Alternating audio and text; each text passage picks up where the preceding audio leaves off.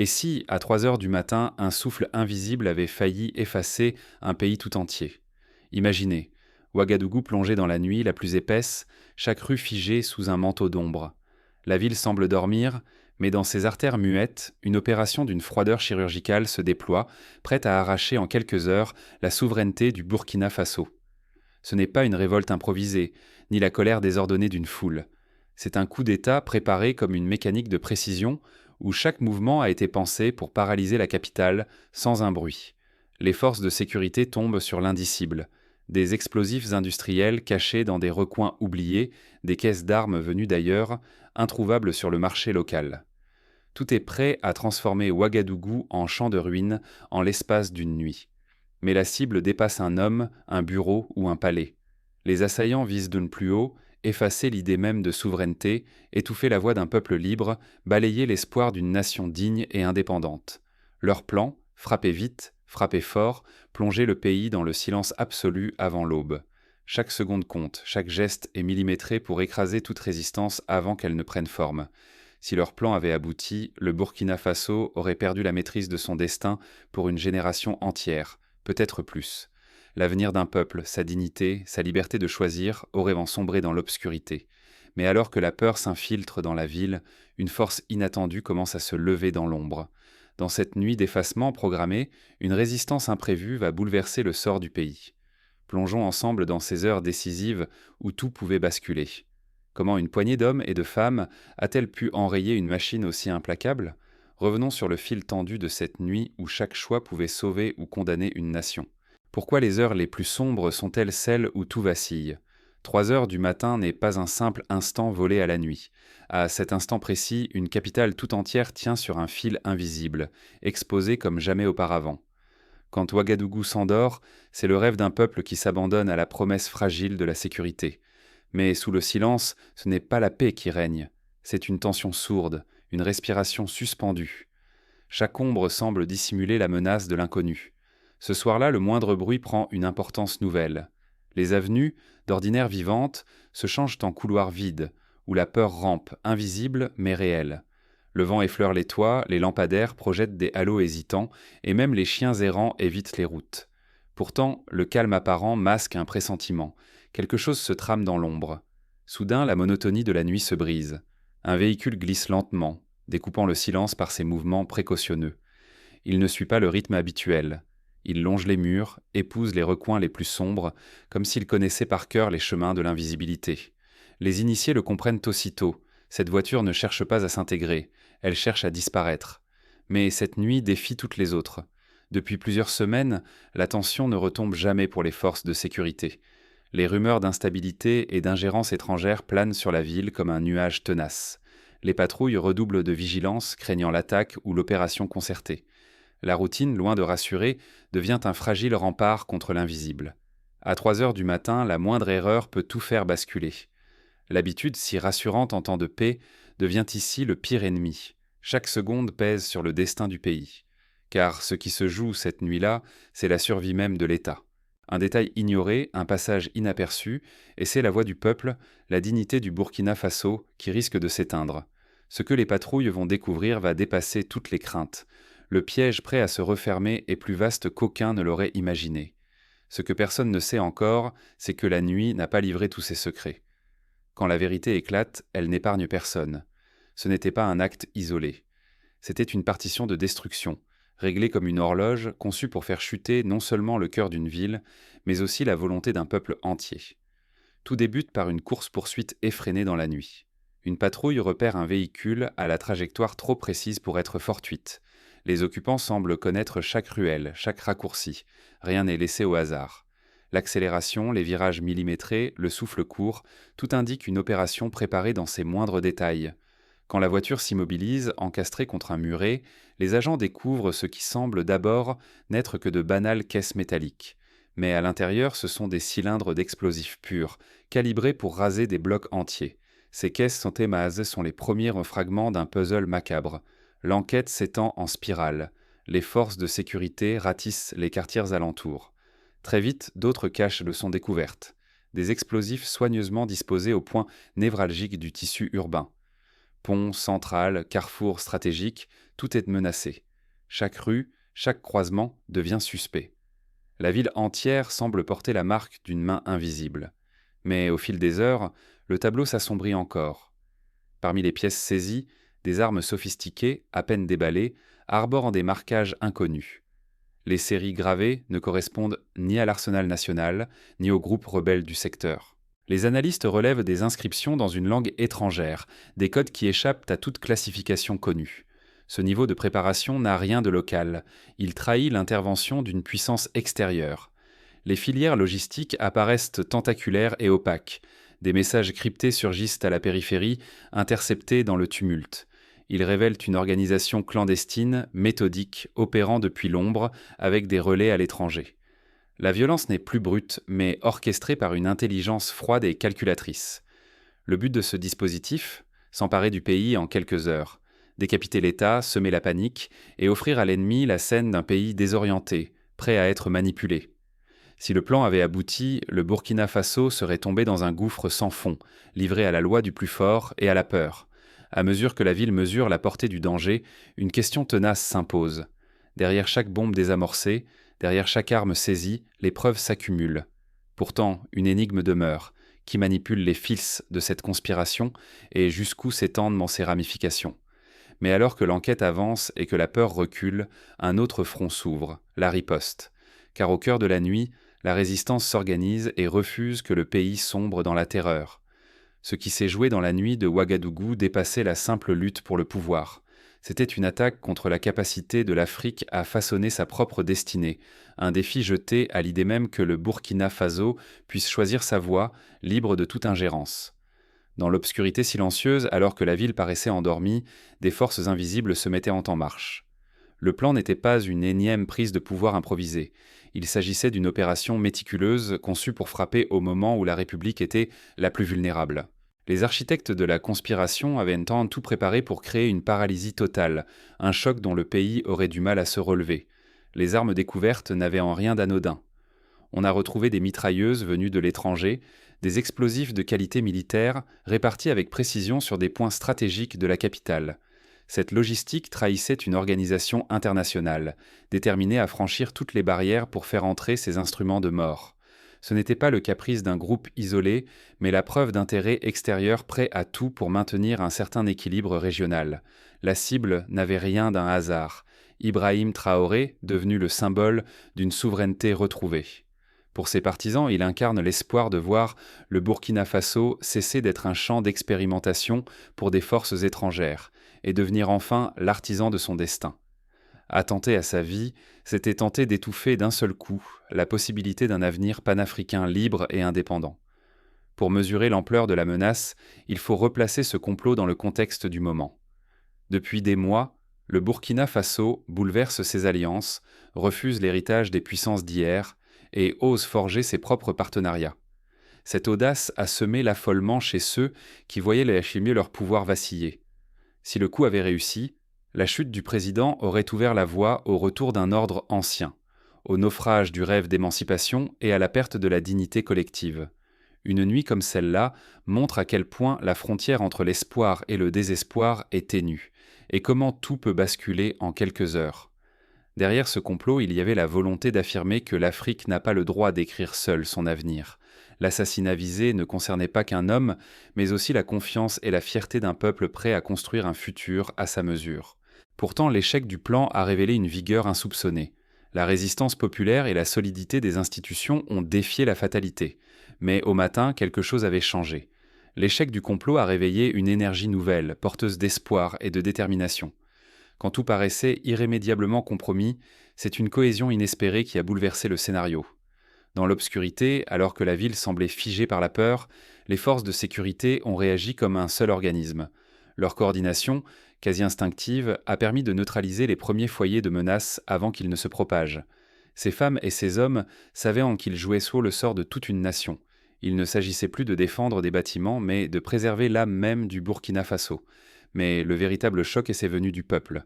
Dans chaque ruelle, les habitants ont converti leur inquiétude en un vaste réseau d'alerte. Des groupes de voisins se sont relayés, utilisant téléphones, sifflets ou signaux lumineux pour avertir les autorités à la moindre anomalie. Cette mobilisation spontanée a rendu chaque carrefour, chaque impasse impossible à franchir pour les conspirateurs, désormais cernés par une communauté soudée et vigilante. Là où l'ennemi misait sur la désunion entre civils, militaires et services de renseignement, il s'est heurté à une alliance inédite.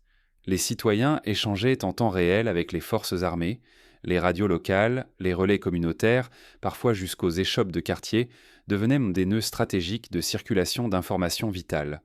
Cette diffusion instantanée et décentralisée a transformé la ville en un immense filet de défense citoyenne. Ce n'était plus une réaction à une crise, mais une métamorphose profonde de l'esprit collectif. Pour la première fois, la peur n'a pas fragmenté, elle a soudé. Le sentiment d'appartenance, ravivé par la menace, a poussé chacun à agir non pas uniquement pour soi, mais pour tous les autres. Face à une stratégie d'effacement, la société a répondu par une résilience farouche et un refus catégorique de céder. De cette nuit d'angoisse, plusieurs leçons s'imposent. La vigilance ne doit plus être perçue comme une posture passagère, mais comme un réflexe quotidien. L'unité forgée dans l'épreuve demeure la meilleure barrière contre l'ingérence et le chaos. Refuser la fatalité, c'est choisir l'action et la solidarité, là où la résignation n'apporte que la division. Désormais, la défense nationale ne se résume plus aux armes. Elle se construit dans la confiance réciproque entre institutions et citoyens. Car il faut le répéter, sans cette intelligence partagée, sans cette capacité à faire bloc, tout aurait pu sombrer. Les institutions auraient pu s'effondrer, la terreur s'installer durablement et l'autodétermination s'effacer dans l'ombre. Il aura suffi d'une volonté commune pour inverser le cours du destin. Mais ce sursaut collectif n'a pas tout effacé. Il a laissé des cicatrices et posé de nouvelles questions. Comment transformer ce réveil en une force durable et éviter que la menace ne ressurgisse sous d'autres formes? Le vrai triomphe, c'est d'avoir su transformer la volonté d'effacement en un cri irrésistible de dignité. Cette nuit-là, à Ouagadougou, le Burkina Faso a vacillé sur le fil tendu de sa propre souveraineté, risquant bien plus que la perte d'un dirigeant, l'effacement même de son avenir comme nation indépendante. Mais l'histoire ne se laisse pas dicter par la peur.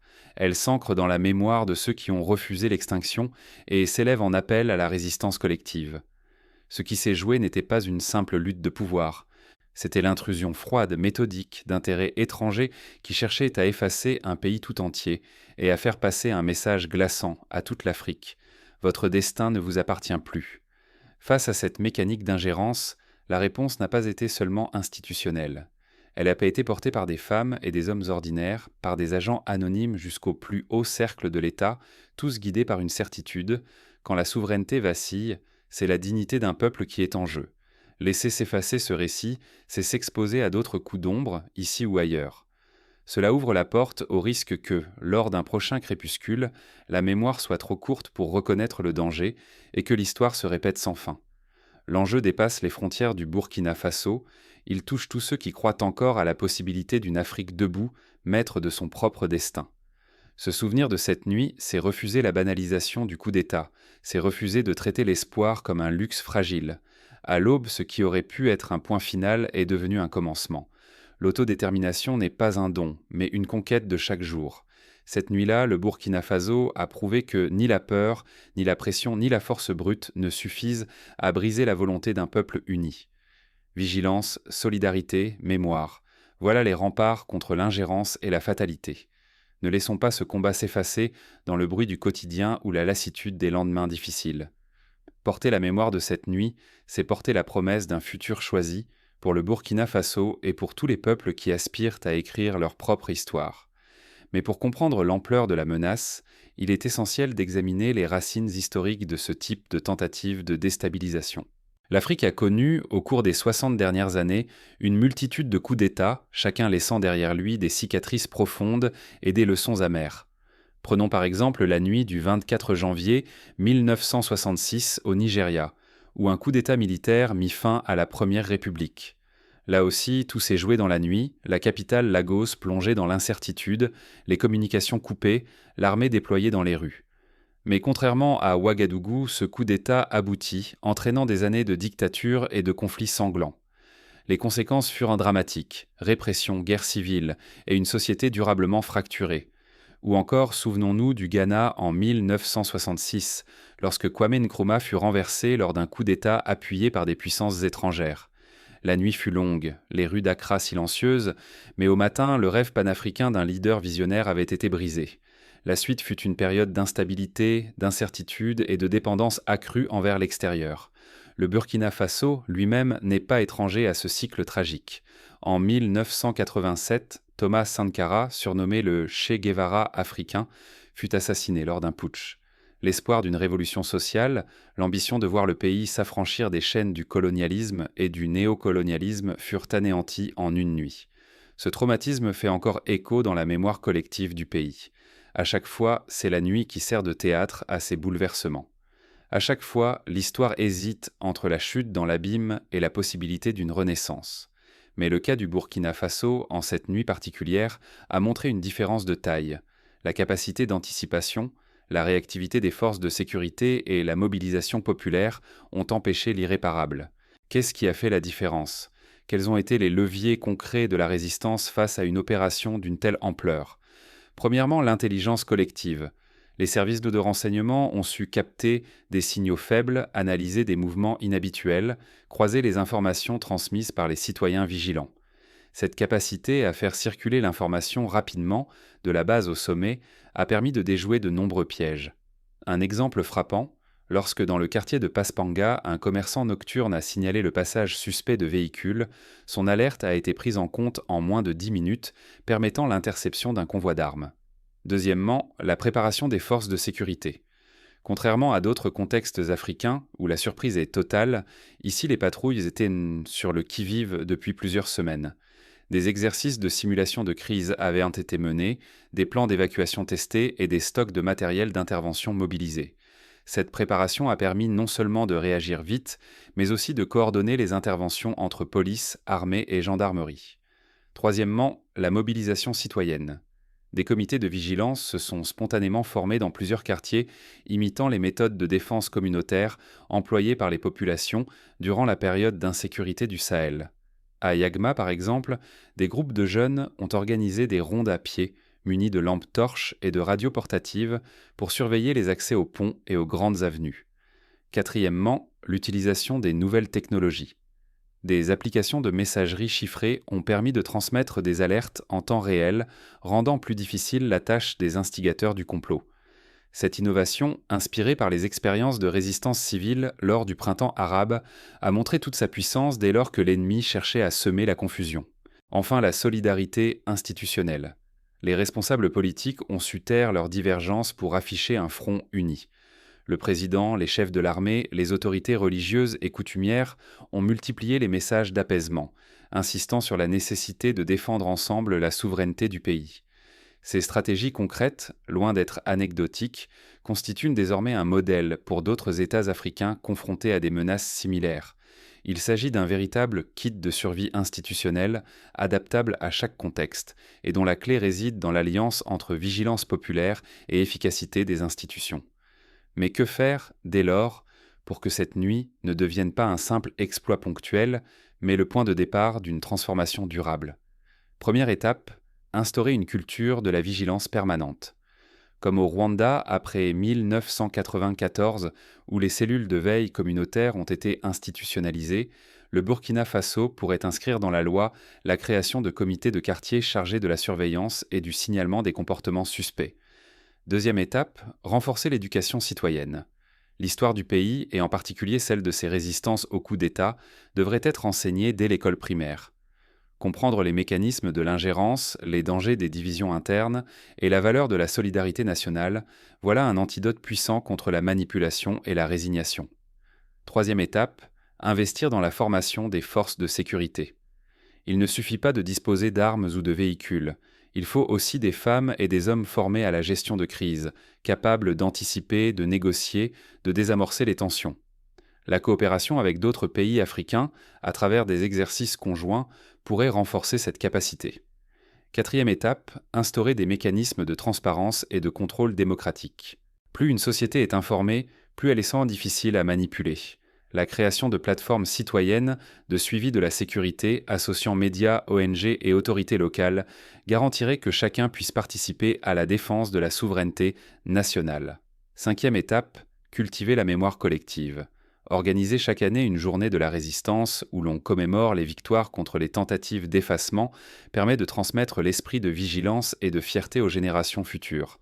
Cela rappelle que la liberté n'est jamais acquise, mais qu'elle doit être conquise et défendue à chaque instant. Si l'on regarde au-delà du Burkina Faso, ces mesures trouvent des échos dans l'histoire mondiale. Pensons à la Pologne de 1981, qui, face à l'état de siège, a vu émerger le syndicat Solidarność, créant un réseau souterrain d'information et de résistance. Ou encore à l'Ukraine de 2014, où la mobilisation citoyenne sur la place Maïdan a permis de déjouer la répression et d'imposer une nouvelle voie politique. À chaque fois, la clé du succès est la même, la capacité d'un peuple à se reconnaître comme acteur de son destin, à refuser la passivité, à inventer dans l'urgence des formes inédites de solidarité et d'organisation. Revenons à Ouagadougou. Au matin qui suivit cette nuit d'angoisse, la ville s'est réveillée transformée. Les traces de la peur, les stigmates de la violence évitée étaient encore visibles. Mais un sentiment nouveau dominait. La fierté d'avoir résisté, la conviction que l'impossible avait été tenu en échec par l'intelligence collective d'un peuple debout. Dans les jours qui ont suivi, des milliers de Burkinabés sont descendus dans les rues, non pas pour protester, mais pour célébrer la vie, la souveraineté retrouvée, la dignité préservée. Des banderoles proclamaient « Plus jamais ça, la nuit ne nous aura pas, unis, nous vaincrons ». Cette célébration spontanée rappelle les grandes marches de libération, comme celle de Tunis en 2011 ou du Caire place Tahrir. Les médias locaux ont joué un rôle essentiel, documentant minute par minute les événements, donnant la parole aux anonymes, rendant hommage aux agents de sécurité, aux commerçants, aux jeunes veilleurs. Les réseaux sociaux ont relayé des témoignages, des vidéos, des messages d'encouragement, créant un sentiment d'appartenance et d'unité nationale rarement atteint. Cette énergie nouvelle, il s'agit désormais de la canaliser pour transformer le pays en profondeur. Les autorités ont lancé un vaste chantier de réforme, accélérant la modernisation des institutions, renforçant la protection des infrastructures critiques, investissant dans l'éducation et la santé, domaines souvent négligés lors des périodes d'instabilité. Mais au-delà des politiques publiques, la leçon la plus précieuse demeure, rien ne remplace la vigilance et la solidarité. Face à la tentation de l'oubli, il faut cultiver une mémoire active, transmettre l'histoire, encourager l'engagement citoyen. Comme l'a dit un survivant du coup manqué, c'est la nuit que l'on reconnaît ses vrais alliés. En conclusion, cette nuit de Ouagadougou n'est ni une parenthèse ni un miracle isolé. C'est le fruit d'années de maturation, d'épreuves collectives, de sacrifices parfois douloureux. C'est aussi un avertissement. Le danger rôde toujours et la paix n'était jamais acquise. Mais c'est surtout un appel. Un peuple uni, conscient de sa force, capable de dépasser ses divisions, peut toujours conjurer le sort, déjouer les complots et écrire chaque jour la suite de son histoire. Pour le Burkina Faso et pour l'Afrique tout entière, cette nuit restera comme la preuve éclatante que la souveraineté n'est pas un mot creux, mais une réalité à défendre, coûte que coûte, à chaque génération. À vous maintenant de porter ce flambeau, de refuser la résignation, de vous souvenir que l'avenir, même suspendu à un fil, appartient toujours à ceux qui osent veiller, agir et transmettre. Car si la souveraineté a vacillé, elle ne s'est pas brisée. Elle s'est réinventée, dans la lumière fragile de l'aube, portée par la volonté d'un